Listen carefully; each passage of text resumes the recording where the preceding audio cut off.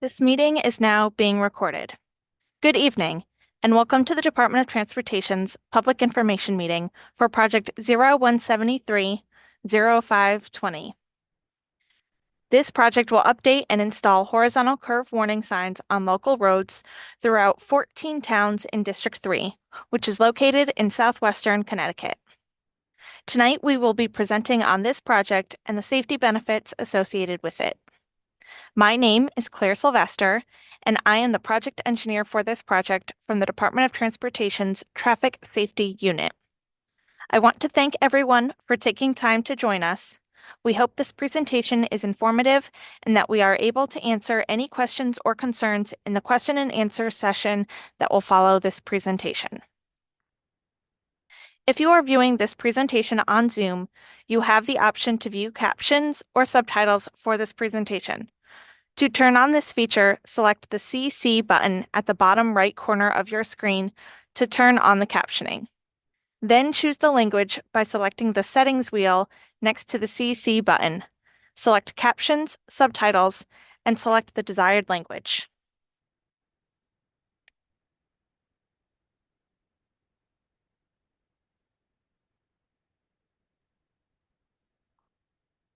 Before we start the presentation and introduce the project team, I would like to go over a few housekeeping items and explain the format for tonight's meeting.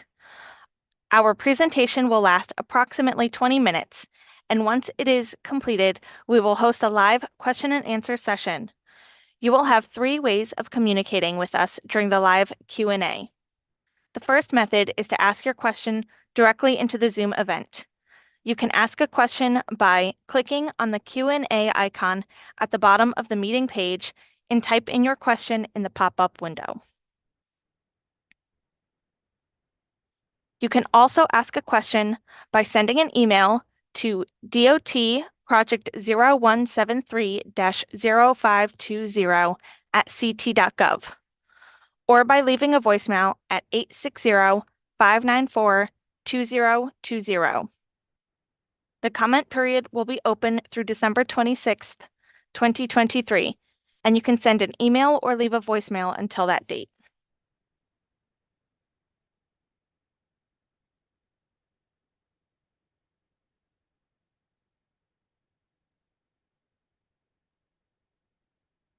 We also have a project webpage which contains the same information that I've previously explained on how to provide comments or ask questions. The webpage address is portal.ct.gov/DOT0173-0520. A recording of tonight's presentation, including the live event Q&A, will be stored at portal.ct.gov/CTDOT-VPIM archive. Lastly, we would greatly appreciate it if you can fill out the very brief feedback survey that is on the project's webpage. Virtual public information meetings are a new development for the department, and the survey will help the department improve these public meetings going forward.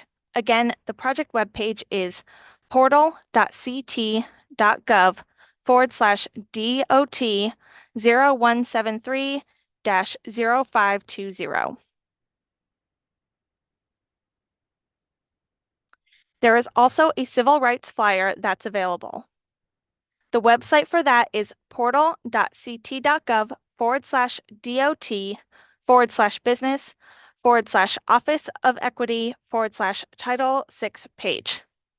Finally, I would like to reinforce that no person shall, on the basis of race, color, or national origin, be excluded from participation or subject to discrimination in the development of this project. I would now like to introduce the presentation team for tonight. Natasha Fatu is the State Safety Engineer for the State of Connecticut, the head of the Safety Unit in DOT's Division of Traffic Engineering, and is the Principal Engineer of CTDOT's Traffic Safety Unit. Balaj Sok is the Supervising Engineer of CTDOT's Traffic Safety Unit and Project Manager for this project. Once again, I'm Claire Sylvester, an engineer in the Safety Engineering Unit, the lead engineer for this project, and primary presenter for tonight's meeting. I will also be answering any questions you may have during the live Q&A session. Jake Chamberlain is also an engineer with the Safety Engineering Unit and will be monitoring the project email address and voicemail line for questions and comments during the live Q&A. Now to our presentation. This project involves the review and installation of curve warning signs on town roads in District 3. This project will replace old, faded signs with new ones according to the federal guidance. This means that the types and number of signs on curves can change. Since this project will change some of the sign types and their locations, instead of simply just replacing the existing signs, we sought feedback from the towns and set up this meeting to gather questions and concerns.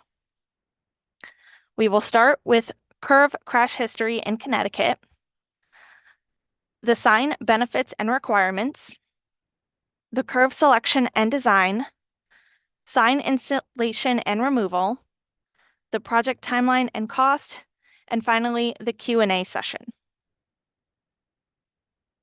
So first, I'll explain why warning signs on curves are important with some Connecticut crash statistics. This slide has a lot of statistics, but I'll go through each one. From police crash report data from 2020 to 2022, there were 288,000 crashes in Connecticut. 34,000 of those happened on curves on state or town roads, about 12%. 72,000, or 25% of the crashes, were fatal and injury crashes. Of those, 10,000, or 12%, were fatal and injury crashes on curves. 901 fatal crashes, or less than 1% of all crashes in Connecticut. And of those, 284 occurred on curves, so 32%. Looking at these numbers, it's clear that curves are a prime location for crashes, especially fatal crashes. While fatal crashes make up less than 1% of crashes in the state, 1/3 of those fatal crashes happen on curves. So what can we do? We can improve driver awareness and response to curves through warning signs. This project looks to do this through a proactive approach, which means putting warning signs on curves before a serious crash can happen, not after. So what does it mean to take a proactive approach to preventing curve crashes with signs? This involves not just putting up warning signs where crashes happened in the past, but looking at all curve locations on the road system to prevent crashes in the future. This is because crash patterns can vary widely year to year. A previous project signed curves on state roads, and this project is a part 2 to address local roads. To show this, the next 3 slides show separate snapshots of crashes at curves on roads in Branford over 3 years. This is taken from the Yukon Crash Data Repository, which has publicly available crash data. On this map, each yellow dot represents one crash. The red blobs show where there is a higher concentration of crashes. As the slide changes to the next year of crash data, keep an eye on the location of the crashes. There are particular red hotspots at major intersections, but away from intersections, the locations of crashes can change year to year. This first slide shows crash locations in 2020, and now I'll move to the next year. This next slide shows the crash locations in 2021. You may have noticed that even though the red hotspots stayed the same, the small yellow dots moved from the previous year. Remember, these yellow spots are the locations of single crashes. Watch one of the yellow dots to see if they move again when I go to the next slide now. These are the crash locations from 2022. As you may have seen, outside of the major red hotspots, the location of single crashes appears to move from year to year and is almost random. The best way to address the fact that single curve crashes can happen in an unpredictable way is to warn drivers of curves in a consistent manner across the state. This way, if a driver is unfamiliar with the road, is distracted, or is inexperienced, they at least know what kind of curve to expect when they see a warning sign. Why do we use signs as a way to address curve crashes? The enhanced delineation of curves is a proven safety countermeasure, as designated by the Federal Highway Administration. A proven safety countermeasure is a treatment or strategy that has been research proven to address serious injuries and fatalities when implemented on roadways. Numerous studies have concluded that by installing arrows, chevrons, and curve warning signs, crashes can be reduced anywhere from 30 to 50%. Signs are considered a relatively low-cost countermeasure with quick installation. Knowing this, we requested town input on local road curves and determined which of these curves could benefit from signs and which didn't. Since this was a proactive approach, we couldn't just rely on recent crash history alone for this project. We had to determine which roads had the potential for crashes based on their layout and their surroundings. The primary crash risk factors we considered were advisory speed, the presence of an intersection, and whether the curve was on a hill. The advisory speed is the recommended speed a vehicle should travel to successfully navigate a curve. This takes the curve sharpness into account. The larger the difference between the advisory speed and the speed limit indicates the need for more warning signs. The advisory speeds in this project were determined by actually driving each of the curves. For an intersection in a curve, this is a location where side roads may be near or in a curve. In those locations, signs were recommended to warn drivers about vehicles turning into or out of the road. Finally, if the curve was on a hill, warning signs were recommended to let drivers know that there is a curve that they may not be able to see. As I mentioned in the last slide, curve warning signs are an example of a proven safety countermeasure, according to the Federal Highway Administration, along with the other countermeasures shown on this slide. Additional information can be found by Googling Proven Safety Countermeasure and clicking on the first link. The department's Safety Engineering Unit also has an informational website which provides additional information specific to Connecticut.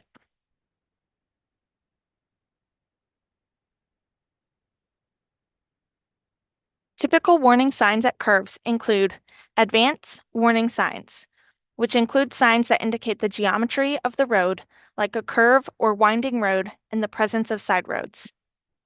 Advisory speed plaque, federally required if the advisory speed is at least 10 miles per hour below the speed limit. Chevrons or one-direction large arrows are for curves where the advisory speed is at least 10 miles per hour below the speed limit. Retroreflective strips, which are applied to the posts of a sign to make the sign more visible, are another type of sign. These are only applied to signposts for chevrons and large arrows. The number of signs recommended at each curve location depended on the advisory speed of the curve. If the advisory speed is equal to or 5 miles per hour below the posted speed limit, not many signs are needed. If it's at least 10 miles per hour below the speed limit, more signs are warranted. Looking at the map of District 3, we see all the different towns in southwestern Connecticut. To make this project possible, the towns were contacted and input was received from 14 towns about the curves on local roads, which were to be studied to determine which warning signs were appropriate according to federal guidelines. Engineering studies were performed at all curves identified for possible treatment, over 460 curves shown in the highlighted towns. It was determined out in the field if signing treatment was necessary and appropriate signage was reviewed and recommended. Based on national guidelines for sharp curves, chevrons and large arrows were recommended for curves with intersections. Advanced warning signs were designed.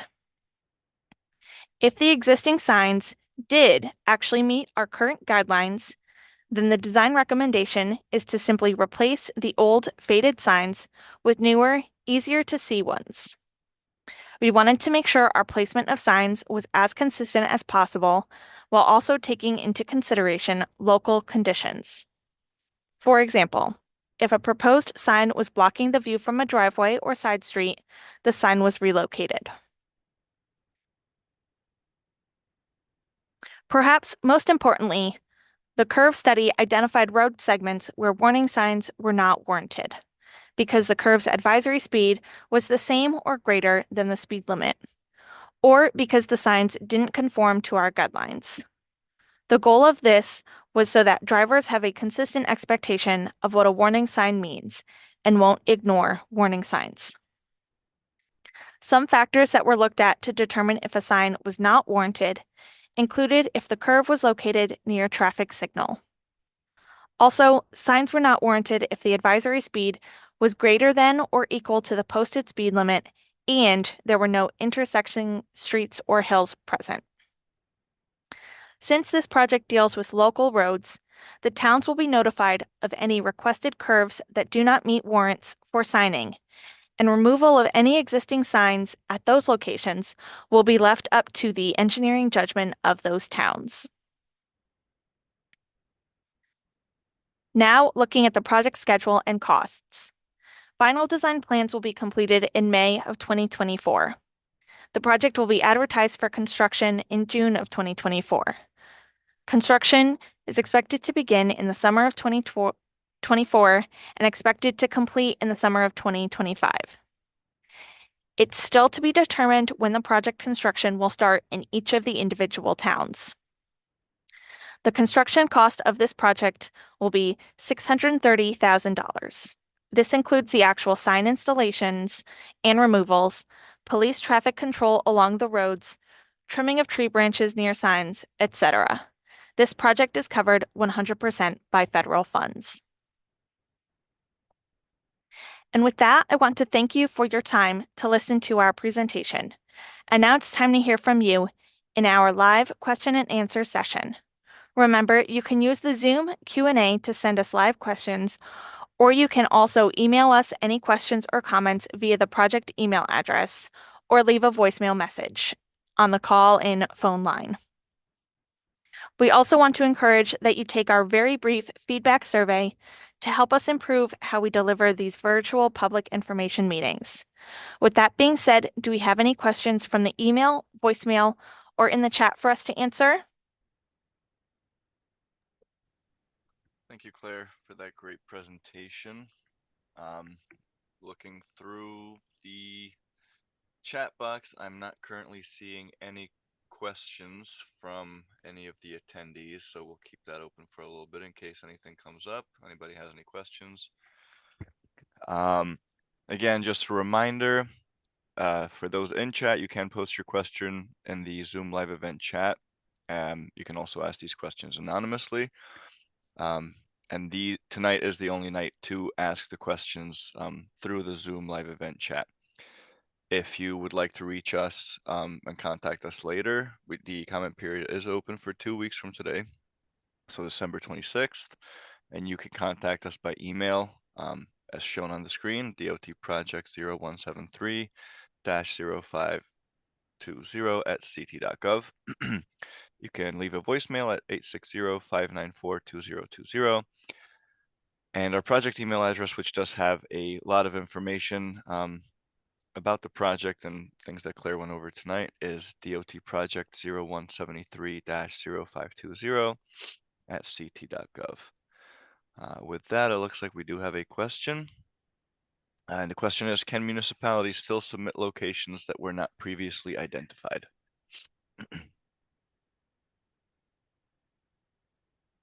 I think at this point in the project schedule, the locations that we have currently are the final locations going forward for the project. That's due to environmental reviews and other reviews that have begun for this project. Okay, hopefully that answers the question. Obviously, if there's any follow-ups, feel free to, let us know. Additionally, we do want to remind and encourage everybody to participate in the brief survey that we do have, and that would be portal.ct.gov/CTDOT survey. And that's also linked in the chat in case anybody is interested. Another question that we received is, will the municipalities receive a design plan so we understand the changes that are to be made? Yes, design plans will be sent to the participating towns for town comment. Um, it is understood that these signs will be owned and maintained by the towns after they've been installed, and input from those towns is important. Additionally, any curves that were deemed to not warrant signs will be um, told to those towns, and they can decide how to move forward with signing those curves if if still requested. Okay, thank you for that response. Again, if there's any follow-up questions, feel free to let us know either here through the Q&A, live event chat. Oh, we got another one. Okay. How can I find out if a sign will be placed in front of my house?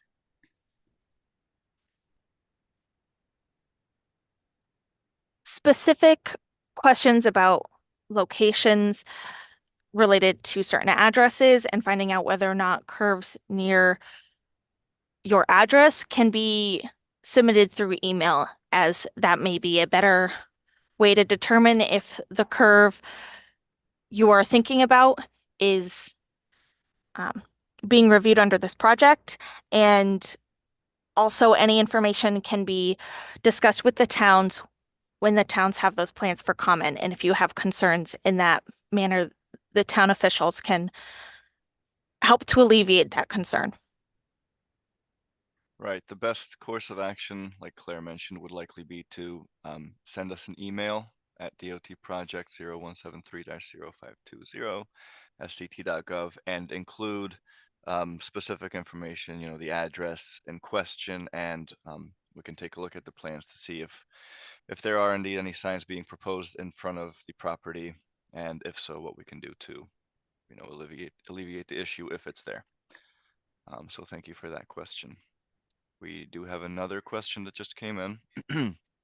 There are a few flashing signs associated with curve signs. Will these flashing signs be removed if they don't comply with the MUTCD? And if so, will the town be notified? We will not be removing flashing signs as part of this project. If there are existing flashing signs that don't comply with the MUTCD, that may be a note on the plans or just a comment back to the town letting them know that that was our findings in the field. But any changes to those signs would then still be left up to the town as it is still a local road.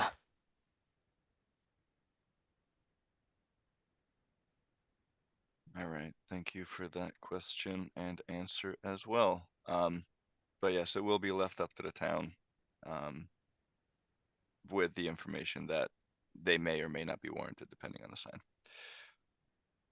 Let's see. We have, oh, thanks. You're welcome. Um, all right, we'll keep it open for a little bit longer just in case we do have any other questions. In the meantime, again, I do want to thank everybody for participating and listening to the presentation tonight. Again, you can post your questions here in the live event chat. You can email us at the email address on the screen or leave a voicemail at 860-594-2020. And again, the project email address has a lot of the information that we covered tonight, and the comment period is open for 2 weeks from today, which would be December 26th. So if there's anything that comes up between now and then, feel free to follow up. We have one more question. It says, will most of the locations be replacements or new installation? The answer to that would be that it depends. It depends on whether or not the locations certain towns requested already had existing signage that would need to be replaced, or if they are requested review of curves that did not have signing but did end up warranting signing. So I can't give you a definitive answer. That one's a little bit more of a it depends. Yeah, and again, when the town does receive the plans, that information will be there. Each sign that's being impacted one way or the other, whether it's being removed that's existing or being proposed, that's all going to be called out on the plans, and that will be with the town for review. So, it will give the chance or give the town a chance to review everything. Okay, comment is just thank you. You're welcome. Let's see. See if there's any other questions that come in.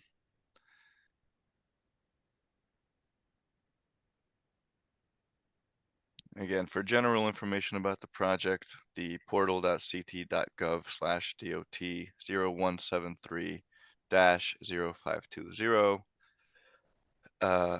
email, or I'm sorry, not email, address is the project webpage. And the CT DOT survey link is portal.ct.gov/CTDOT survey.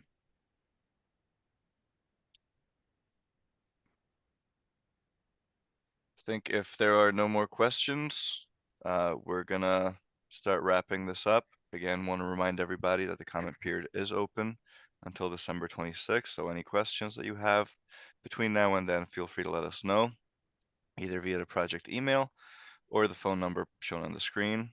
And as Claire mentioned, the copies of the plans will be sent to the towns when they are finalized. And the link to the brief survey has been provided in the web chat for anybody if they would be so kind as to fill it out. But with that, again, I would like to thank everybody for your time and your questions. Hopefully we answered everything, and enjoy the rest of your night. Thank you.